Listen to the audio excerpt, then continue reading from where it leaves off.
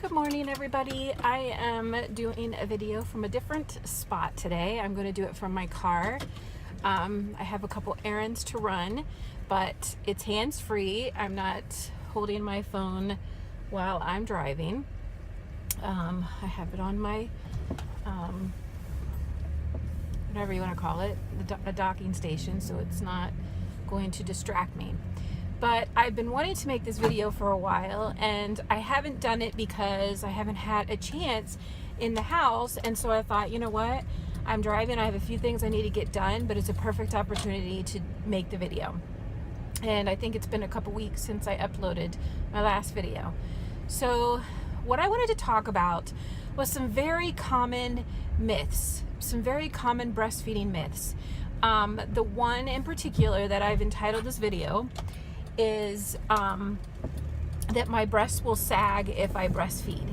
And this is probably one of the first things that we learned when we went into breastfeeding classes and took our get our breastfeeding certificate. Breastfeeding, for me, my certified lactation counselor certificate.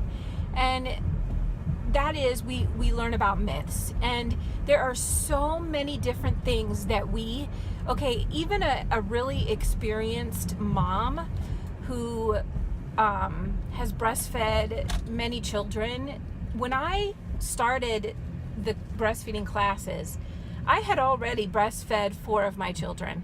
I had already, went through all my breastfeeding experience. I was no longer breastfeeding. I had so many different, so many different ideas of what helps milk and what doesn't help milk, and what causes low milk supply and what doesn't.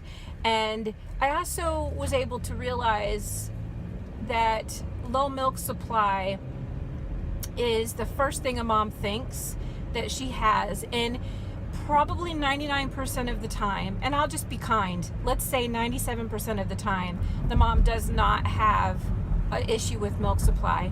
There's probably some other underlying problem or issue, or nothing at all. It's just the baby, she's learning her baby and she doesn't quite know what the baby needs or wants, and she automatically blames herself, like she's doing something wrong. So these myths that we are told by other breastfeeders or other breastfeeding moms, I shouldn't say breastfeeders, but other breastfeeding moms, or our mothers, grandmothers, things we've read. And like, for instance, one for me was spicy foods. We literally had like an activity in one of our classes with tables set up with different myths, and we had to say which one was a myth and which one wasn't. And I was pretty sure that spicy foods was not a myth, that it was a true fact, because we experience it. You eat something spicy and maybe the baby's gassy or whatever. So, but what we learned is you do not need to avoid spicy foods. Some babies are sensitive to it and some aren't. A lot of it depends on what you eat when you're pregnant, and if you've eaten a lot of spicy foods when you're pregnant, the baby tends to be used to it by the time you are breastfeeding your baby when they're born. So it doesn't usually bother them. So let's talk about the saggy breasts. And this is a myth I hear over and over, and the most frustrating part for me is when I hear like another breastfeeding specialist like somehow say that that's true, and it's not true. Breastfeeding your baby does not cause saggy breasts. You're going to say, okay, well, I've breastfed all my babies and I have saggy breasts. The cause of saggy breasts is breasts. Am I saying that? Breasts? Did I say breasts? Breasts. What causes saggy breasts is getting pregnant. And second, the biggest is not whether you're pregnant or you breastfeed. It's your own elasticity, your genes for elasticity. If your skin will sag on your face when you get older, it's going to sag in your breasts. It's the elasticity in your skin, and that's what causes the sagging. When we get pregnant, whether we breastfeed ever, whether it's 1 day or 2 years, it doesn't matter. If you get pregnant, guess what? Your breasts get bigger. When you have the baby, guess what? Your breasts get even bigger because you do get milk. Whether you choose to breastfeed or not, you're going to have milk in your breasts. And they're going to be big and they're going to be full. And the milk is going to be there until it stops making it. Whether it's some moms, it will stop within a week. Some moms, it takes much longer. It can take months. And so it's the getting pregnant and the elasticity in your genes, your skin. If you're a mom that has skin that sags easily, like if it's in your family, you know, mothers and grandmothers, if they have good skin, then you probably may not have that issue. But getting pregnant and the genes, your genes, the elasticity in your skin is what causes sagginess. Hold on just one moment. Okay, I'm in the line ordering a coffee, so I'm gonna go off a couple of times for that reason. So that is myth number 1. Will your breasts sag because you breastfeed? No, not because you breastfeed. They will sag if they're going to sag. They will sag because of getting pregnant, and your breasts will get larger, and again, your genes. That's what depends on it. I'll give you an example. All of my sisters, there's 4 girls, and we're all different sizes, all different shapes. We've all breastfed, but I would say out of all of us, only one has had any issues with what might be considered sagginess. And that is not even because she breastfed. It's because she happened to take after another specific person in our family. And as we age, they sag. That's just what happens. It's not going to stay perky and beautiful forever unless we get something done with it. So that's my biggest, probably, myth that I just want to set straight. Like, for people out there who are not sure they want to breastfeed for that reason, just for that reason alone, or maybe you just worry about that, and none of us want that. None of us want to have that problem, but age will cause it, not necessarily breastfeeding. Like I said, getting pregnant causes them to get bigger. Really, anything. If you're somebody who's gained weight and then you lose it, you can have saggy breasts. I mean, that's just a normal thing with the skin and elasticity, and so there's no way to avoid it. If it's in your genes, it's going to happen at some point in time, but not because you breastfeed. The second myth I want to talk about is breast size, and that in comparison to how much milk you make. And some people think that with very small breasts, you won't make very much milk because you won't be able to hold as much milk. And some believe that large breasts can hold a lot more milk, a lot of milk. So the breast size is a myth. Like, that is something that people believe and teach and worry about themselves if they have small or large. So let's first talk about the small breast. And I'm just going to say that with small breast, like what determines how much milk your breast will hold is how often you breastfeed in the first 3 days.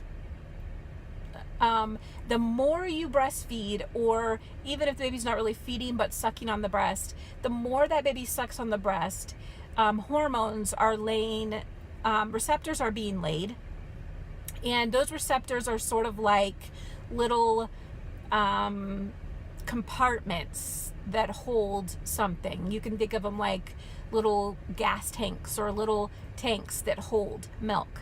And that's what those receptors are. And every single time that you breastfeed, the hormones that are released will attach to receptors, and those receptors will lay all over the breast. And whether you have a very large breast or let me see where my, I don't even know where it is. I just realized I don't have the card that I need. Shoot.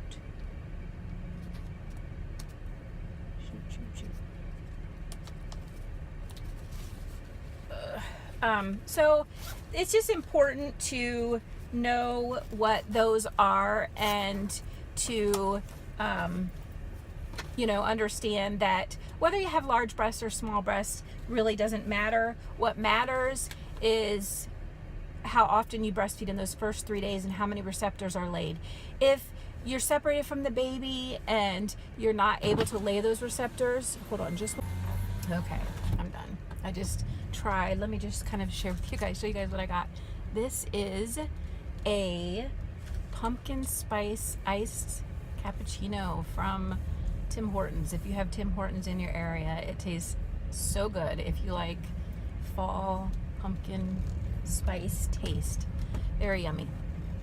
Okay, so back to so we've talked about the small breasts and the receptors that are laid, and a lot of times your breasts will get larger, but then after your milk is established, which is just a couple weeks, maybe not even 2 weeks, it could just be a week and a half, a week, I don't know, it depends on when your milk actually increases or comes in. I have to go back home because I forgot my actual card to pay. So, yeah, it doesn't matter if your breast size does not determine how much milk you can hold, and when your milk is established and it knows like how much milk you need, how often you need it, your breasts will go back to feeling normal. They probably won't go back to the exact same size, but they could still be the same size, but just a little fuller when the milk, when it's time to feed. So breast size does not matter. In fact, large breasted women can have more problems with milk supply, not because their breasts are large, but because sometimes they find it hard to breastfeed because they can't see the baby very well, and so the latch isn't as good, and so milk transfer is not good, which means baby on the breast is not transferring enough milk out. And let's look at it like this: if the baby is feeding and receptors in the breast are left with milk in them, which means the baby does not empty your breast, your body will start saying, we don't need this milk and we don't need this tank or this receptor, so we're going to shut it down. So that's why why we always say to you, breastfeed as much as you can, empty that breast, even if it means you have to hand express or pump. You do not have to have a pump. You can use a hand expression. You only need a pump if you're going to be pumping a lot. So definitely, always make sure, I just have to put that point in, make sure you empty that breast, because any receptors left in there with milk will shut down. Not immediately, it will take a few days, but your milk supply literally goes up and down every 24 hours depending on your baby. So if your baby feeds a lot in a certain day, because maybe they're extra fussy and they're maybe they're sick or they just want more attention that day. Okay, I'm gonna go in, so you guys are gonna walk in with me, but I'm gonna have to take my keys. So excuse what you're gonna see. It's a very beautiful fall day today, although it's cloudy and rainy. It's kind of nice because it's cooling everything off. Anyway, so that's just a little side point that I want to bring up because I think it's important. So whether you have large or small breasts does not play a part in how much milk you can make or hold in your breasts. So that's another myth that I wanted to talk about. That's kind of the two that I've been thinking about. It's getting a little dark, I apologize. Those are kind of the main ones that I wanted to talk about, because I've read so much and I watch YouTube videos and moms that are breastfeeding, and it's so frustrating because they think that they don't have enough milk, and that's frustrating to me, because I know that they do, well, I shouldn't say that. I know that most women have the capability of having enough milk. So a lot of times it can be like how the baby's latched. It doesn't mean they're latched wrong, but they're not latched deep enough. The baby could be not stomach to stomach, so they're not in the right position.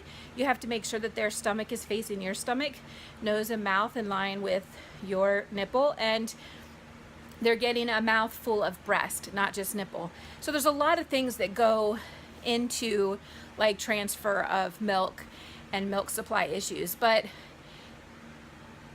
having smaller breasts, larger breasts does not make a difference. And the biggest reason I made this video today is your breasts do not sag because you breastfeed. They sag because of age, because we get pregnant, because we gain weight or we lose weight, and the elasticity, we fall. There's nothing we can do. It's just a fact of life. So that's it for today's video. I probably will do another video on myths because there are quite a lot of them, and then each culture has different myths as well. So you have to look at it like, in a way, like it's science. The way it works is it's a body function, and there's a way that body function works. It's not, myths are not science, they're not function. And I don't mean that I'm like all on the side of science. In fact, breastfeeding is a natural thing, but it's a body function, and we're made a certain way, and it works a certain way. Now, that doesn't mean that some of us don't have issues with that, but there's ways that we can do, there's things that we can do for that. So my next video, which I'm gonna make after this, is about having issues with milk supply, truly having issues with it, and not wanting to give formula. So I'm going to talk about that, because we've got to look at the greater good, which is the baby needs to get fed. So I want to talk a little bit about not being so hard on yourself if you have to supplement until you get the breastfeeding thing working. So I will do that now. You guys have a great day, and I will see you again in my next video. Bye.